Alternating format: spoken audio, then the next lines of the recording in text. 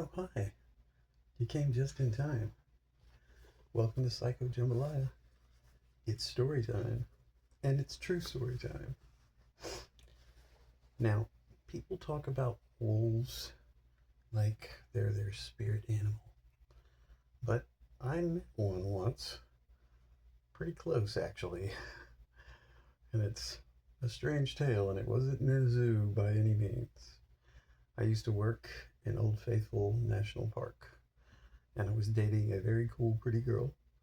And the thing about when you work in a place like Old Faithful, if you need razor blades or deodorant, you have to make the 2 hour drive to Bozeman, Montana, so you don't spend $75 on these items at the local stores. So we went to go get stuff, people stuff, and we were on our way back. Now, this was shortly after the hard and soft release of the wolves in Yellowstone, maybe a year or two after, and so the packs had kind of started to grow. The ranchers were very upset about the entire thing. They didn't like the idea of it because, nothing had acclimated yet. They thought the wolves were going to bypass the park and, predate on their livestock. The speed limit was not there. Speed limit signs in Montana back then said reasonable and prudent because every town was 2 hours away from another town, so you could do 95 and it was a sensible speed. Otherwise, you weren't going to get anywhere. Now, a lot of ranchers had taken to the point to where if they saw a wolf crossing the road, and I'm not saying every one of them did, but it did happen a lot, that they would just smack them with their big old dually truck. I was going down the road in my girlfriend's little red Civic or whatever the hell it was, tiny car, and we saw this big brindled wolf standing in the middle of the highway. He had the radio collar on and everything. And I said, pull over, pull over. He said, what? I said, just pull the damn car over. And so she pulled over, looking at me like I was insane. And so I jumped out of the car and I ran up to the wolf, throwing my arms in the air, going, whoa, whoa, because I thought I could maybe scare him out of the road.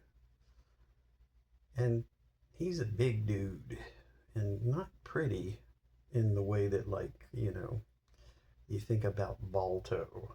He was brindled, so that means he had mottled black and gray fur with like yellow bits and streaks in it and two different colored eyes. And look, I'm not a small man. 6'4", 185 pounds. That wolf was probably as big as me, at least. He was a big dude. Now, he didn't growl or anything like that. He just kind of cocked his head to the side like I was absolutely out of my mind. And we just kind of stood there, and I put my arms down and realized that I was pretty close to an apex predator, maybe 15, 20 feet away. And I had probably made a mistake, but I wasn't going to turn and run. I did this sensible thing. I didn't show my teeth. I kind of started backing away slow. And he made this kind of growl bark, this rare kind of thing. And then all of a sudden, the pack, like 15 strong, it was a big old pack of wolves. Little ones, big ones, like came streaming across the highway. And then he looked at me with that cockeyed, you stupid idiot. And then he just turned and he went and followed the pack away.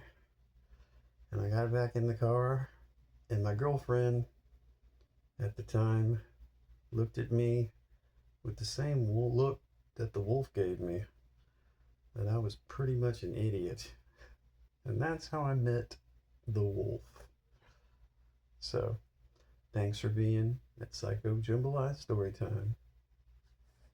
Life, cherish it, it's precious. Respect, let people live the way they want to live. The line, there's one you know you shouldn't cross, so don't cross it. 3 peace out.